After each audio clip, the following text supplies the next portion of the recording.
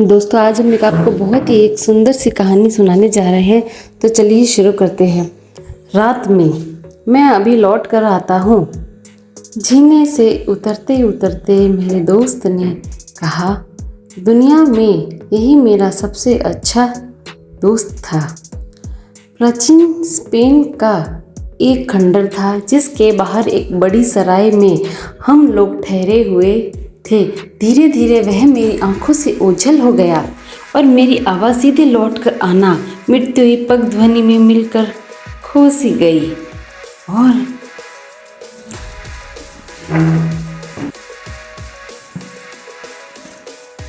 अब मैं अकेला रह गया। सज्जे पर गया, रेलिंग पर झुक कर खड़ा हो गया।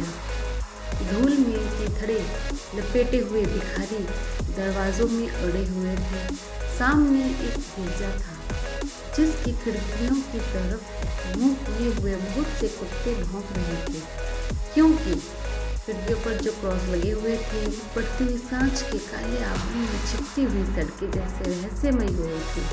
अस्त होते हुए सूर्य के खून की तरह लाल लाल प्रकाश में मकान भूतों के घर लग रहे थे। अपने सामने मकान में एक खिड़की थी जिसमें से होकर मुझे सब कुछ अच्छी तरह से दिखलाई देता था।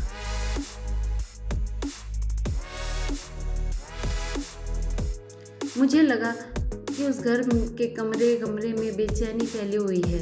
मेरे बिल्कुल सामने जो कमरा था वह गंभीर व्यक्तियों से भरा हुआ था। उसमें इसामभियों की एक बड़ी तस्वीर थी जिसके चारों तरफ मोमबत्तियां जल रही थीं और फूल मालाएं बिखरी हुई थी जिनसे बिल्कुल ताज़ा खून बहता मालूम हो रहा था। मेरे देखते देखते वे व्यक्ति उस तस्वीर के सम्मुख साष्टांग ले गए। गली के नुक्कड़ पर खंबे में लगा हुआ लैंप एकाएक जल उठा, चमक उठा अपने हरे नीले प्रकाश में। मैंने अपनी घड़ी देखी। दोस्त को गए हुए पूरा घंटा भर हो चुका था। चिंता मुझे घेरने लगी। जब मैं इस प्राचीन नगर पर अपनी पहली नज़र डाली थी, डर तो जैसे मेरे दिल में समा गया था। मैंने कल्पना की दोस्त को कहीं किसी ने पकड़कर लूट लिया होगा, फिर कौन जाने कत्ल कर दिया हो। और मुझे तो यह भी मालूम कि आखिर वह गया किधर है और क्यों। मैं तरह तरह की भयानक बातें सोचने लगा। कहीं परदेसी जानकर तो उसे किसी ने अपने चंगुल में नहीं फंसा लिया। मैंने एक एक राहगीर को देखना शुरू किया, पर वे सब के सब संदेह भरे ही मालूम पड़े। बीमारी और बुढ़ापे से विकृत बुढ़ियाँ थीं, अधनंगे बच्चे थे जिनके बहुत रोने चिल्लाने पर उनकी माताएं उन्हें सूखी हुई छातियाँ चूसने को देती थीं। फिर बड़े बर्बर आदमी थे जिसके हाथ में चमकती मुठ्ठदार लठ थे। खूंखार घोड़ों का एक दल अपने नाल लगे हुए खुर्रों को टपटपाते हुए निकल गया। अंधेरा घना होता चला गया। सड़क पर खूब रोशनी हुई। एक के बाद एक गिरजे का टावर जैसे सहज हो गया। घंटे बजने लगे। मेरे सामने वाले गिरजे के विशाल द्वार खुले हुए थे, जैसे जमाई लेने के लिए किसी विशाल काय जीव ने मुंह फाड़ दिया हो। इसके अंदर जन समूहों की भीड़ समाई चली जा रही थी। कीड़े मकोड़ों की तरह इस भीड़ के आदमियों को गिरजे में अपने अंदर समाते देखकर मैं बेचैन हो उठा। मुझे लगा कहीं मेरा दोस्त भी इसी भीड़ में डलकर अज्ञात के गर्त में विलीन न हो गया हो, उस अज्ञात के गहन में जिसमें से कि कांसे के घंटे की पिसती और किटकिटाती आवाज़ निकल रही थी। और इस भयावह वातावरण में शायद मैं चीख पड़ा, क्योंकि एक बुढ़ा जो सड़क के उस किनारे पर कुछ देर से खड़ा मुझे ताक रहा था और जो मुझसे कुछ बात करने के लिए कोई बहाना सा खोजता लगता था, अब मेरी तरह घुनाता और घूरता चला दिया गया था। परेशानी के मारे में ऐंठा जा रहा था। हमारा कमरा पुराने ढंग का था जिसमें बहुत सी दीवारें और कोने थे। इन कोनों का ढेर जमा हुआ गहन अंधेरा भयानक को और भी बढ़ावा दे रहा था। मैंने जल्दी जल्दी कपड़े पहने और निकल पड़ा। पहले मैंने ठीक ढंग से शहर के चारों तरफ अपने दोस्त की तलाश की। वह कहीं नहीं मिला। मेरा सिर घूम गया, बुखार चढ़ गया। इसी बुखार में मैं अंधाधुंध शहर इधर उधर चक्कर काटने लगा। पत्थर के पुल पर झुके हुए आवारों में ढूंढा, शराब की भट्टी में, पियकड़ों में ढूंढा, पर उसका कहीं नामो निशान नहीं था। मैं बार बार अशुभ आशंकाओं को अपने दिल से निकाल रहा था, पर वे बार बार अपना घर किए जा रही थी। आंखें मेरी जैसे दर्द के मारे फटी जा रही थी। दिल जैसे किसी पाप के बोझ में दबा जा रहा था। मैंने लौटने का संकल्प किया कि दोस्त के लिए मेरी चिंता मिट गई। उठाया भी नहीं स्वयं चिंतित दोस्त के लिए एक बहुत ही और ये वह चाहे मरा हो या जीता हो, मुझे तो एकदम वापस चलना चाहिए। उफ, इस रात में मैं कैसे भाग गया। इस अंधेरी सड़कों पर होकर जिन पर मकानों के रुख निकल जाने के लिए तैयार खड़े लगते थे, अंधकार की लालिमा में लिपटे हुए चौराहों पर खड़े हुए वे टॉवर ऐसे लगते थे मानो सितारों तक पहुंचने के लिए अज्ञात की नींव पर खड़े किए गए हों। शराबों की दुकान में हल्ला हो रहा था। सुनसान में नज़दीक के मकानों में टकरा कर लौटती हुई मेरे पैरों की आहट तोप की सी गर्जन मालूम हो रही थी। राहगीर मुझे पहले से भी ज्यादा अटपटे रहसे लग रहे थे। क्या मैं उनसे रास्ता पूछ सकता था? नहीं, वे अब सब चोर थे, हत्यारे थे। फौरन ही मेरी पीठ में छुरा घुसेड़ देता। मैं सड़क के बीचों बीच चल रहा था, गर्दन घुमा घुमा कर दोनों तरफ चिपक चिपक कर देखा जा रहा था। मेरी शक्ल प्रेतों जैसी हो गई थी। मुझे सबसे बड़ा डर यह था कि कहीं मेरे इस डर को कोई भाप ना ले। एक कुबड़ा दंपत्ति खरामा खरामा चल रहा था। उनसे बचने के लिए मैं बिज्जत कर पीछे हट गया। फिर एक कुरूप औरत मेरे नजदीक आई। न जाने क्या अंट शंट मेरे कानों में कह गई। उसे धक्का देकर हटाने का दुस्साहस नहीं हो रहा था। चलते चलते जब मैं एक बड़े दरवाजे के पास पहुंचा, उसमें खूब उजाला हो रहा था। वहां मैंने जैसे ही धूल में अड्डे चिथड़ों में फकीरों को रास्ते में अड़ा पाया, जैसे कि शाम को सराय में देखे थे। उनका चेहरा देखकर डर मालूम होता था। मैंने देखा कि हाथ फैला फैला कर वे भीख मांग रहे हैं। समझ में नहीं आता था किधर जाऊं। चुपकैये की तरह घूम गया। इसी समय गिरजे का घंटा बजने लगा। उससे निकलती आवाज़ ऐसी मालूम हुई जैसे लड़ाई में तलवारें कटकटा झंझना रही हों। यकाएक मैंने देखा कि मैं अपनी सराय के बिल्कुल सम्मुख ही खड़ा हूँ। मैं अंदर अपने कमरे पर पहुँचा। काँपते काँपते ताले में चाबी डाली, कमरे के अंदर गया। दोस्त का ध्यान तो मेरे दिमाग से उतर चुका था। मैंने यह भी नहीं सोचा कि वह अब भी लौटा होगा कि नहीं। कमरे में घुसते ही मैंने दिया सलाई जलाई और फिर मोमबत्ती। इसके बाद मैंने ऊपर से नीचे तक संदूक, अलमारियां, सोफे, कुर्सियां सभी कुछ देख डाला, पर कहीं कुछ नहीं था। अपना भय मिटाने की उत्सुकता से ही मैं और बहादुर हो उठा। फिर मैंने सब सामान ठीक से लगाया और अपना तमचा भर लिया। अपने सोने के कमरे की मैं बहुत ज़्यादा हिफाजत करता था। क्यों? मुझे सोना तो था नहीं। निश्चय मैं एक किताब उठाकर पढ़ने लगा। यह ठीक है कि मेरी आंखें पन्नों पर ही चिपकी हुई थी, लेकिन मेरा ध्यान खिड़की और दरवाजे पर टिका हुआ था कि कहीं कोई छिपा न बैठा हो।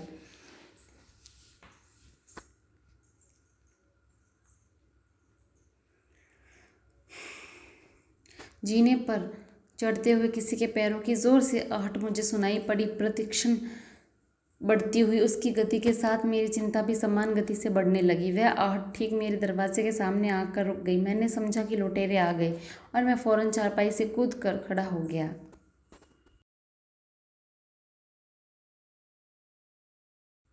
एक बड़े पत्ते की बात यकायक मुझे सूझ गई।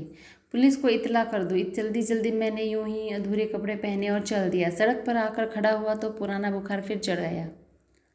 पत्थर की मूर्तियां जैसे जो फकीर खड़े थे, क्या उनसे बचकर मैं भी लौटा हूँ? क्या वे मेरी परेशानी दोबारा मोल लूँ और पागल तक हो जाऊँ? मैं लौट आया और जब कमरे के सामने पहुँचा तो यह सोचकर कि मेरे पीछे न जाने क्या हुआ होगा, मैं काँप उठा। मुझे याद है कि वह कमरे की देहरी पर बैठ गया था। मेरे हाथ पैर बिल्कुल ढीले पड़ गए थे। फिर मुझे ऐसा लगा जैसे हजारों हाथ जिनका स्पर्श मुझे मालूम हो रहा था मुझे उठाकर कमरे के अंदर ले जा रहे हैं। जीने पर चढ़ते हुए मुसाफिरों की आवाज़ का शोर मेरे कानों में आ रहा था। शोर प्रति पल समीप आता जाता था। जब वह बिल्कुल ऊपर आ ही गया तब मेरी इच्छा हुई कि लोगों से कुछ कहूँ, किसी इशारे से बुलाऊँ, सहायता लेने के लिए प्रार्थना करूँ, पर मेरी सांस रुकी हुई थी।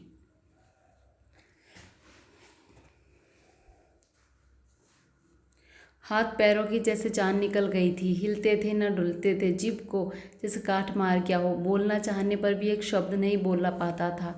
फिर जैसे ही मैंने छिपने की कोशिश की, मुझे लगा जैसे मेरे बदन में खून ही नहीं रहा।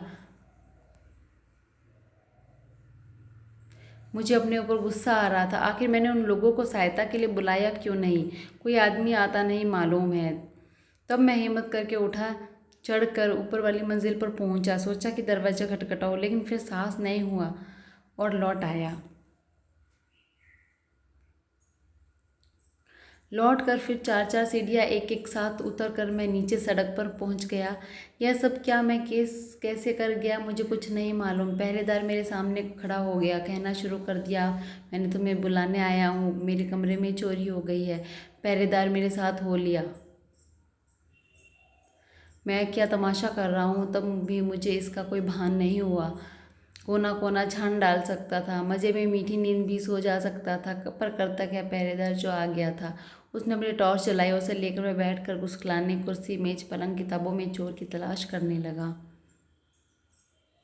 मैं झूठ मूठ कहा, इन सुफरी बैग और समाधान के बीच की जगह में एक सदुमकुंची रखी है, उसमें जवाहरात भरे हैं, सदुमकुंची चोरी हो गई है। मुझे इस पर क्रोध आ रहा है कि बस इन होटलों और सरायों में तो बस उठाईगिरी, गिरहट, चोर, बदमाश, लुटेरे ही आते रहते हैं, हरामजादे कहीं के। और यह सब कुछ मैंने इतने ज़ोर से कहा, शायद बात की बनावट पहरेदार पर जाहिर हो गई, क्योंकि उसकी आंखें आत्मविश्वास की हंसी धीरे से हंसती। तब तो मुझे वाकई गुस्सा चढ़ाया। मैं कहता हूँ पूरा विश्वास है, झंझला कर मैंने समझाने की कोशिश की। अभी अभी वैसे तो कुंची भी हाँ नहीं है। उसमें से एक तमगा था जिसमें हीरे मोती जड़े थे, सोने चांदी का रंगीन काम हो रहा था। पहरेदार बीच में टोक कर बोला, भाई उस सराय में तो आज तक एक भी ऐसी घटना नहीं हुई है, उसके खिलाफ किसी ने आज तक उंगली नहीं उठाई। चारों तरफ पड़ोस इतना शरीफ है। बस मैंने कहा, सोते सोते मुझे एक आवाज़ भी दे दी, जैसे कि संगमरमर की मेज पर किसी चीज़ को घसीटने से होती है। चारपाई से कूद कर खड़ा हुआ कि मुझे एक आदमी धीरे से किवाड़े फेर कर कमरे में बाहर जाता हुआ दिखाई दिया। सतकुंची की तली में 4 तांबे की कीलें जड़ी हुई थीं। उन्हें कीलों की किरकिराती आवाज़ से मेरी नींद खुल गई थी। जैसे कि संगमरमर की मेज़ पर किसी चीज़ को घसीटने से होती है। पहरेदारों ने मेरी आंखों में अपनी आंखें गड़ा दी। चलो मेरे साथ। वह बोला, थानेदार के पास रपट लिखाओ। अब मेरी मुसीबत आई। भला मैं इस बात पर कैसे राजी होता। मेरी सतकुंजी की चोरी कोई रपट लिखाने के लिए थोड़ी ही हुई है। अब इस जोखिम से भरे जगह में से किसी कीमती कागजात और सामान एक पल के लिए भी छोड़कर कहीं नहीं जा सकता था। सो गया, अब क्या करता, जो बचा उसे भी गवा दूँ। पहरेदार की आंखों में आत्मविश्वास मुस्कुराहट नाच उठी और दिल में आया, इसे मैं ज़मीन पर दे मारूं। एक दरवाज़ा खुला। हमारे भी अजीज़ दोस्त वापस तशरीफ़ लाए और जिसके पीछे हमारा सारा पागलपन तमाशा हुआ। जिन्स को ढूंढने के लिए हम शहर की गली गली के चक्कर काटा किए। कुदक कर मैंने गोद में भर लिया, अलग से जाकर तमाशे का सारा किस्सा सुनाया। पहरेदार कुछ न कुछ सुनने का बहाना करता रहा।